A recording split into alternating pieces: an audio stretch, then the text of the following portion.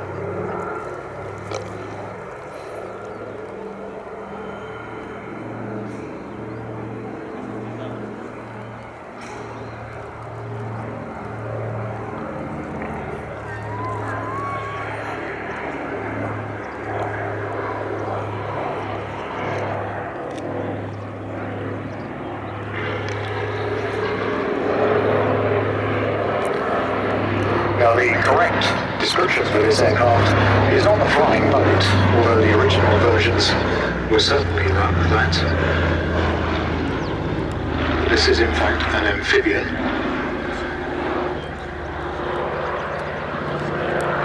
It being able to land, as you can see, on a hard surface as well as being able to land on the sea. In fact, this particular aircraft carries the markings of Miss Pickup. The original Miss Pickup was based at Halesworth in Suffolk.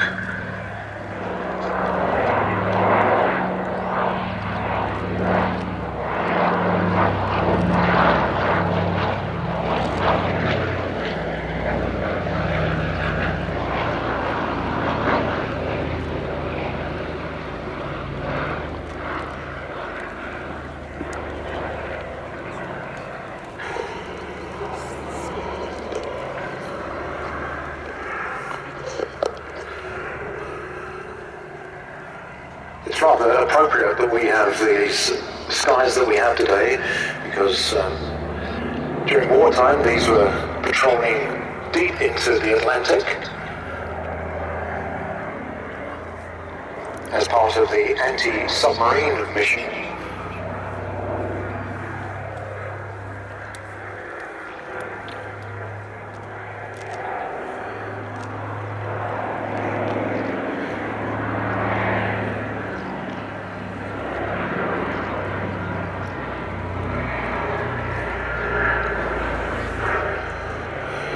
During wartime, Britain was in peril of losing its supplies that were making their way across the Atlantic. And in fact, Winston Churchill said that the one thing that really terrified him was the prospect of being overcome by the U-boat threat. And Catalinas, together with liberators, helped to cover the gap in the Atlantic where those U-boats used to prowl in their wolf packs. Here you can see the floats have been lowered.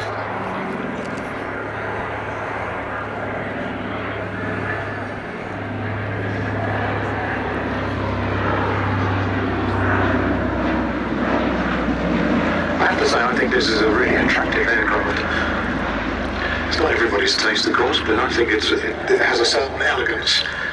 Definitely, though. It was a very innovative design, this, in a lot of ways, by the Consolidated Company when they came up with this new patrol bomber and anti-submarine platform. It's got, for example, what's known as a wet wing, which means it's got fuel tankage within the wing.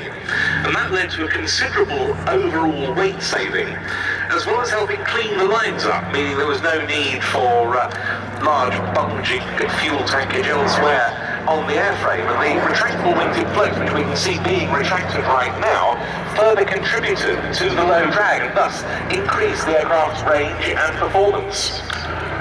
Manoeuvrable aircraft.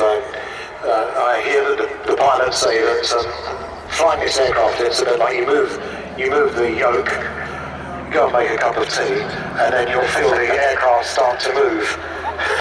So it is certainly rather ungainly to fly.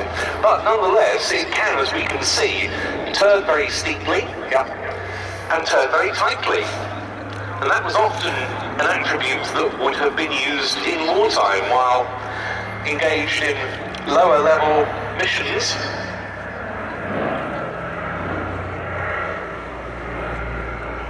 This particular aircraft, you can see the glass domes on the side. They are actually oversized. The original domes would have been much smaller than that, and that's part of its role that it fulfilled as part of aerial survey in its previous incarnation. Yeah, this aircraft was heavily modified. The original fuselage side blisters would of course also had machine guns. Yes. For water trade, because this aircraft regularly operates from water at events where it's possible to do so. And it's operated by plain sailing, the consortium of private pilots that have the opportunity to fly this aircraft, as long as you have the correct rating, of course, and you pass their rather extensive flying program. Yes. You can actually fly this aircraft personally. Yes, it's a shareholder setup.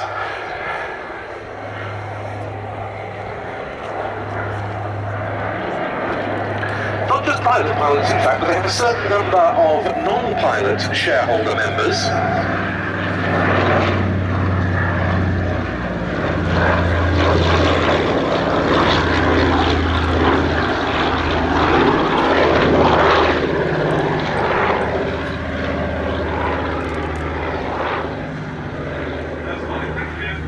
Who want to be associated with this piece of aviation history. But as you say, they have a lot of pilots of very, very experienced. Some of them private pilots, others ex-military with a great deal of experience on different types of aircraft. They've got very experienced instructors among the group.